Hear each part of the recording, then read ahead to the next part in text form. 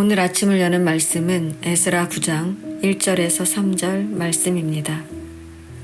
2일 후에 방백들이 내게 나와 이르되 이스라엘 백성과 제사장들과 레위 사람들이 이 땅 백성들에게서 떠나지 아니하고 가나안 사람들과 헷 사람들과 브리스 사람들과 여부스 사람들과 암몬 사람들과 모압 사람들과 애굽 사람들과 아모리 사람들의 가증한 일을 행하여 그들의 딸을 맞이하여 아내와 며느리로 삼아 거룩한 자손이 그 지방 사람들과 서로 섞이게 하는데 방백들과 고관들이 이 죄에 더욱 으뜸이 되었다 하는지라. 내가 이 일을 듣고 속옷과 겉옷을 찢고 머리털과 수염을 뜯으며 기가 막혀 앉으니. 아멘. 에스라 9장은 에스라의 기도 이야기입니다. 말씀을 통해 백성들이 범죄했을 때 지도자가 어떻게 해야 하는지 살펴보도록 하겠습니다. 에스라는 하나님께서 주신 모세의 율법에 익숙한 학자로 아닥사스다 왕 7년에 이스라엘 자손과 제사장들과 레위 사람들과 노래하는 자들과 문지기들과 느디님 사람들 중에 몇 사람과 함께 예루살렘으로 귀환했습니다. 이렇게 2차 포로 귀환이 이루어진 이후 지도자들이 에스라에게 나아와서 이스라엘 백성뿐 아니라 제사장이나 레위 사람들마저도 이방 백성과 관계를 끊지 않고 가나안 사람과 헷 사람과 브리스 사람과 여부스 사람과 암몬 사람과 모압 사람과 이집트 사람과 아모리 사람이 하는 가증한 일을 따라서 한다고 말했습니다. 이렇게 가증한 일이란 이방 민족과의 결혼 문제입니다. 북이스라엘이 멸망하고 아수르의 혼혈 정책에 따라 예루살렘에는 주변 이방인들이 유입되었는데 고레스 칙령에 따라 포로로 끌려갔던 이스라엘 백성들이 예루살렘으로 귀환했으니 그들은 그곳에 정착해 사는 이방 민족들과 생활할 수밖에 없었던 것입니다.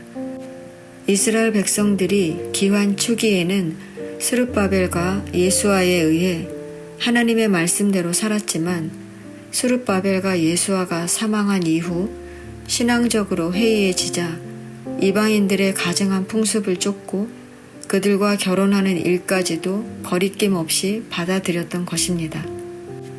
신명기 7장 1절에서 4절에 기록된 것처럼 이방인과의 결혼은 금지된 것이었습니다. 왜냐하면 그들과의 결혼이 단순한 육체의 결합이 아니라 우상 숭배로 직결되는 신앙적인 측면과 연결되기 때문입니다. 에스라는 이렇게 백성들이 범죄했다는 이야기를 듣고 어떻게 했습니까? 첫째, 에스라는 애통했습니다.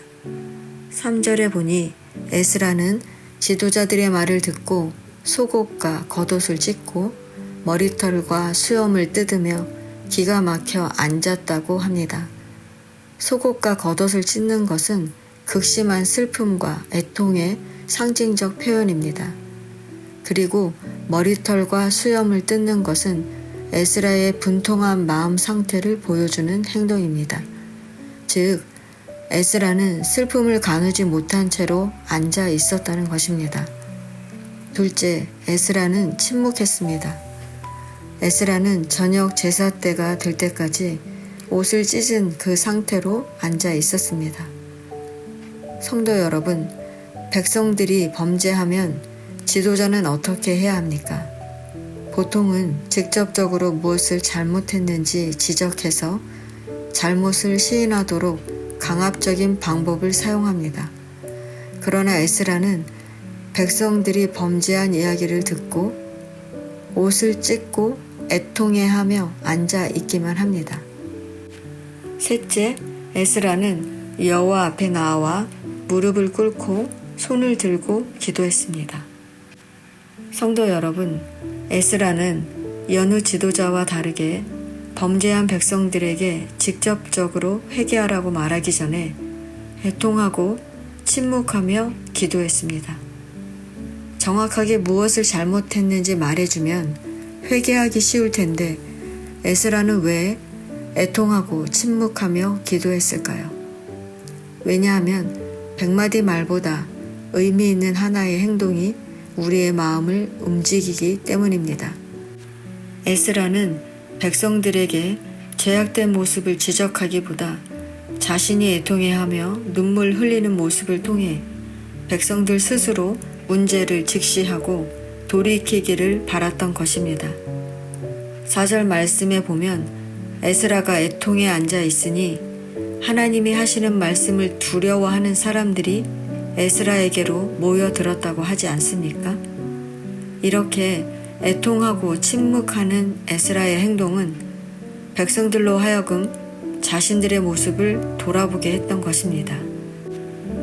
그리고 에스라가 하나님께 기도할 때 우리의 죄악이라는 말을 반복하며 유다 백성의 죄를 자신의 죄와 동일시함으로 백성들로 하여금 스스로를 돌아보게 했습니다. 또한 에스라는 그의 기도를 통해서 백성들이 죄의 심각성을 깨닫고 돌이키게 했습니다.